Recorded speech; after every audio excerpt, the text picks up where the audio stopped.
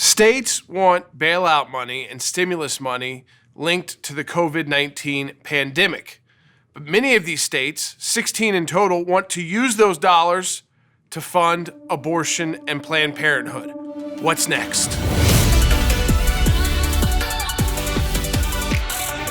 So as you may know, Congress right now is working on whether or not there should be a fourth stimulus plan linked to the COVID-19 pandemic in the United States. And should this plan focus on states and localities? Now, you might be thinking when you hear this, yeah, states need help, and there's some states that need help, and medical facilities that need help, and maybe their infrastructure that needs help to continue to combat COVID-19 so we can begin and continue this reopening of our country. So that's what you may be thinking. Well, we found at the ACLJ is interesting. Included in these states that are clamoring, begging for this bailout, and it really happens to be predominantly blue states. 16 of these states fund abortion through their Medicaid programs. And they're not talking about cutting any of that out with this stimulus. So they want money to fund abortion as part of this stimulus because their state budgets are hurting, and lo and behold, they are not going to cut funding to Planned Parenthood, right?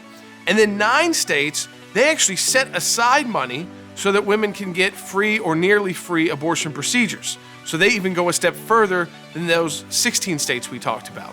So that's why there's so much talk and discussion. You may think it's kind of natural that, we've looked at the economic industries, we've looked at businesses, small businesses, individuals getting the stimulus checks. So is the next likely place states and local governments.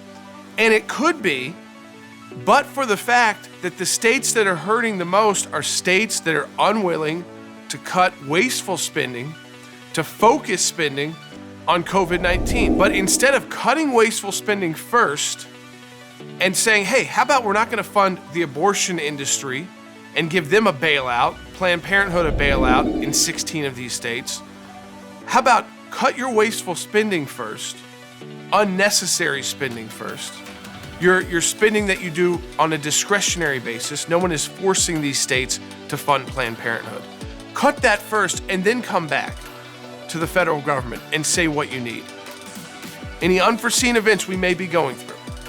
We don't put Planned Parenthood at the top of the list.